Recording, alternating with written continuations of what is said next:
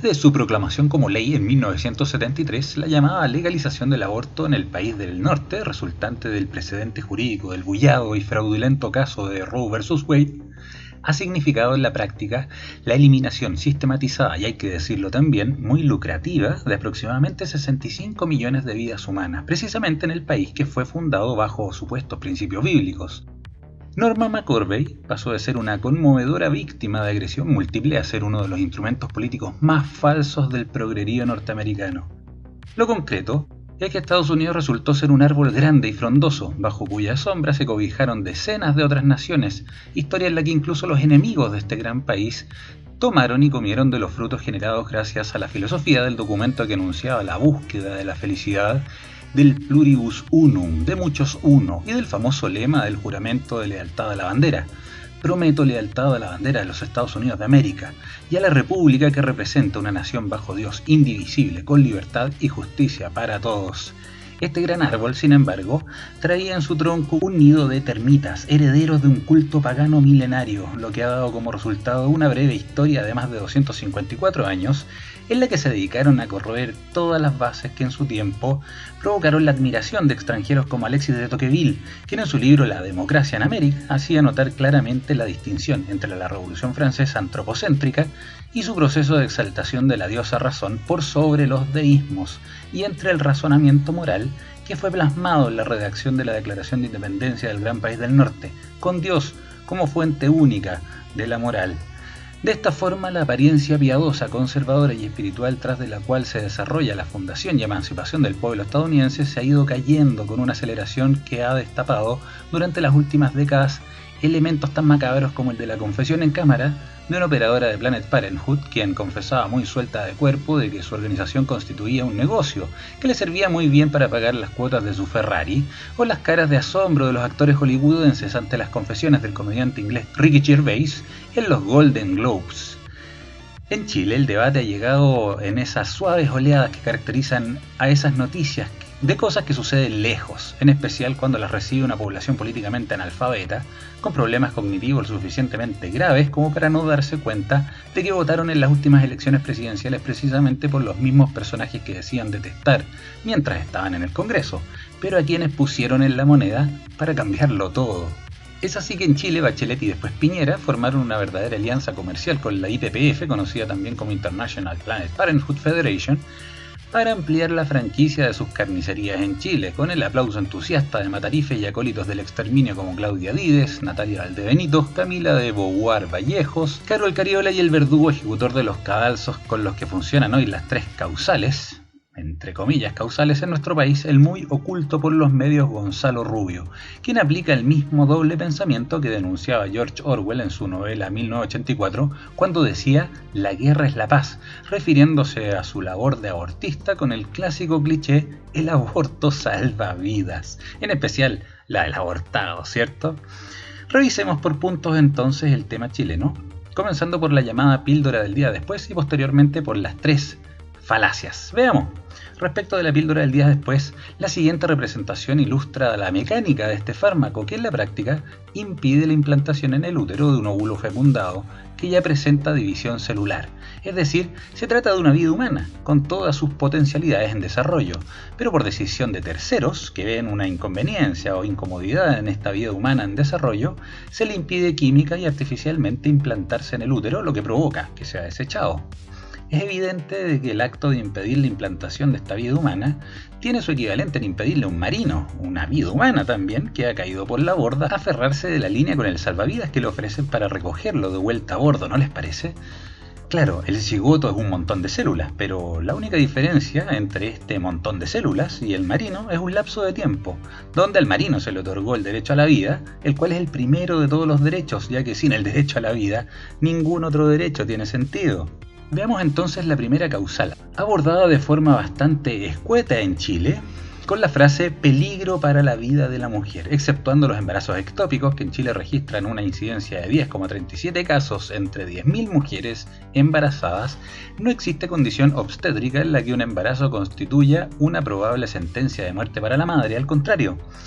Cuando se produce un embarazo, las células del bebé migran al torrente sanguíneo de la madre y luego regresan al bebé. Se llama microquimerismo fetal materno. Durante 41 semanas las células circulan y se fusionan hacia adelante y hacia atrás, y después de que nace el bebé, muchas de estas células permanecen en el cuerpo de la madre, dejando una huella permanente en los tejidos, los huesos, el cerebro y la piel de la madre, y a menudo permanecen allí por décadas.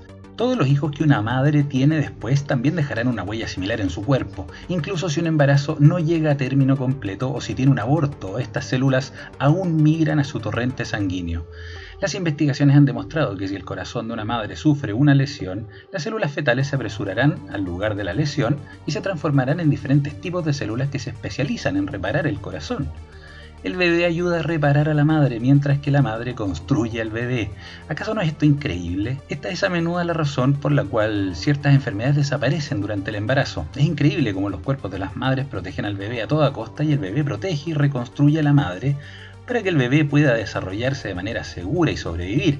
Piensa en esos antojos locos por un momento. ¿Qué era lo que le faltaba a la madre para que el bebé los deseara tanto? Los estudios también han mostrado células de un feto en el cerebro de una madre 18 años después de dar a luz. ¿No es esto asombroso? Si eres mamá, sabes cómo puedes sentir intuitivamente a tu hijo incluso cuando no está allí.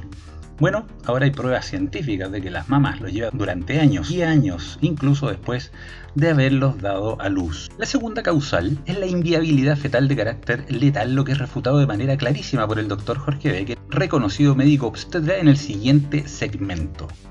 ¿Qué es un malformado letal? Esto es lo que en la prensa aparece como inviable. Malformado letal es un ser humano en el útero, tiene una malformación no tratable, no corregible, tampoco tiene arreglo después del nacimiento, inevitablemente va a morir. Es decir, es un enfermo terminal. Sería equivalente a alguien que tiene un cáncer, que ya llegó muy tarde o que lo operaron, le dieron quimioterapia, radioterapia y desgraciadamente está fuera de alcance médico y el doctor le dice, sabe que la medicina no tiene nada más que ofrecer. Eso es un malformado letal. El punto está en que no se mueren todos al tiro. Y muchas veces se cae en el error de decirle, señora, su hijo tiene tal cosa, va a nacer y se va a morir. Y el niño vive, y vive, y vive un mes, y vive 2 meses, y vive 6 meses, y vive un año.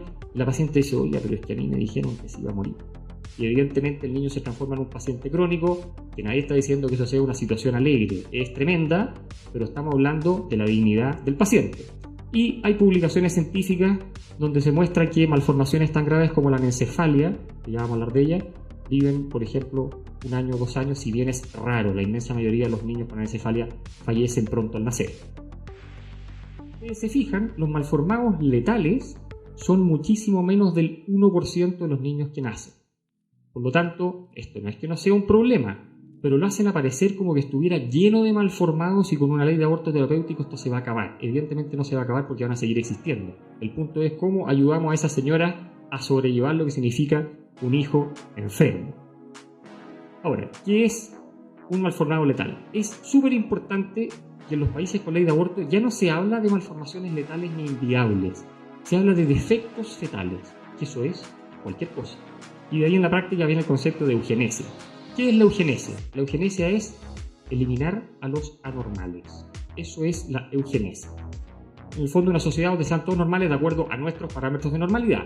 Y eso es complejo. O sea, podríamos partir por los fetos enfermos, por los adultos o niños con enfermedades no tratables, discapacitados, etc. O sea, la puerta que se abre es bastante amplia. Entonces, un tema no menor. Y la tercera falacia que busca resolver la tragedia del embarazo por violación imponiendo otra tragedia que es la eliminación de una vida humana inocente, termina siendo un proceso en el que se elimina esta vida humana en gestación, en la que el violador queda impune con su acto sanitizado quirúrgicamente y donde la víctima termina quedando sola y desprotegida, especialmente ante la siguiente pregunta: ¿existen mujeres que han superado una violación? Si los progresistas reclaman igualdad de género para los sexos, ¿por qué sería más grave la violación que sufre una mujer, por ejemplo, que la que sufre un hombre? Cualquier pro-muerte, por supuesto, o pro-choice, como se hacen llamar, respondería con un grito de indignación, porque el hombre no queda embarazado después que lo viola, ¿cierto? Pero esta precisamente es la misma gente que nos asegura de que basta autopercibirse como mujer para convertirse en una mujer. El problema principal, sin embargo, no radica en este punto, que es parte de otro tema. El punto está en las vidas como las de Rebecca Kiesling, concebida en violación, o la de Gabriela Maciel Moreno, quien sobrevivió a un intento de aborto y nos cuenta lo siguiente. Señor director, a mí me abortaron antes de cumplir 6 meses de gestación. Mejor dicho, trataron de abortarme, pero nací viva. Pesé 1,70 kg y medí 36 centímetros. Mi mamá biológica me abandonó en el hospital. Estuve 3 meses en incubadora y luego viví 4 meses en la Fundación Coanil. Ahí me fueron a adoptar mis papás, Osvaldo Moreno, mueblista, que en ese entonces tenía 27 años, y Álvara Pinto, dueña de casa, que tenía 32. Ellos no podían tener hijos y ansiaban tener una familia. Para resumir, Gabriela Maciel Moreno y su historia terminaron en su propio matrimonio con sus propios hijos. Ella cuenta también que su hija Trinidad nació sana, de término, pesó 3 kilos 20 gramos, midió 48 centímetros. El momento del parto fue muy lindo y emocionante. Ella había quedado con daño neurológico después de su intento de aborto. Le dijeron que no se iba a poder embarazar, que no iba a poder hacer un montón de cosas en la vida. Pero ahí está, para que la busquen, la investiguen, Gabriela Maciel Moreno. Actualmente en los países que tanto hacen suspirar al progrerío se repiten las mismas políticas eugenésicas del 25 de julio de 1939 como la Acción T4 del tristemente célebre Dr. Karl Brandt en lugares como Grafenegg, Hartheim, Sonnenstein, Brandenburg, Bernburg o Hadamar. El famoso Hadamar. En Islandia ya casi no nacen niños con síndrome de Down, por ejemplo. Y esto no es otra cosa que eugenesia aplicada. Las aristas del tema son múltiples y abarcan prácticamente cada ámbito de la vida humana. Nos dicen retrógrados, pero son los progresistas quienes defienden una verdadera misa negra de sacrificios humanos, muy al estilo de la era del bronce, de esas culturas que rendían pleitesía a Moloch o a Baal. Nos dicen fascistas, pero son precisamente los progresistas los que defienden a Justin Trudeau, tirano chinófilo que congeló las cuentas bancarias de los camioneros que protestaban contra los aguijonazos obligatorios, usando exactamente la misma lógica de los abortistas con la frase "mi cuerpo, mi decisión", la que en la mentecita de Justin solo aplica en el caso del aborto, por supuesto, cuando ahí ni siquiera se trata de mi cuerpo, mi decisión, sino que se trata exactamente de otra vida humana, aparte de la de la madre, con ADN diferente. Y las preguntas se multiplican mientras los sicarios a cargo del suicidio demográfico en Occidente continúan su carnicería. En la fertilización in vitro, por ejemplo, ¿existe la transferencia de embriones contra la voluntad de la paciente? ¿Han sabido de casos de fertilización in vitro forzosa? No, ¿cierto? Pero se descartan embriones según su cercanía con la aguja del médico. Y para terminar, algunas preguntas que los mitómanos profesionales en Chile que se hacen llamar periodistas jamás van a hacer. ¿Realmente van a seguir sosteniendo la tesis del aborto terapéutico? ¿Desde cuándo eliminar una vida humana constituye un acto médico terapéutico, a menos que se trate de algo que de hecho harían personajes como Joseph Mengele o Karl Brandt? Finalmente, una pregunta que nunca le hicieron en la prensa al abortista aliada de Deconstruida Gonzalo Rubio. En su primer aborto, tan comentado y tan simbólico, ¿recuerda qué parte salió primero? ¿La cabeza? ¿Un brazo? ¿Una pierna? Soy David Orellana de Infoguerra Chile, para Paz para Chile. Bienvenidos al programa de hoy.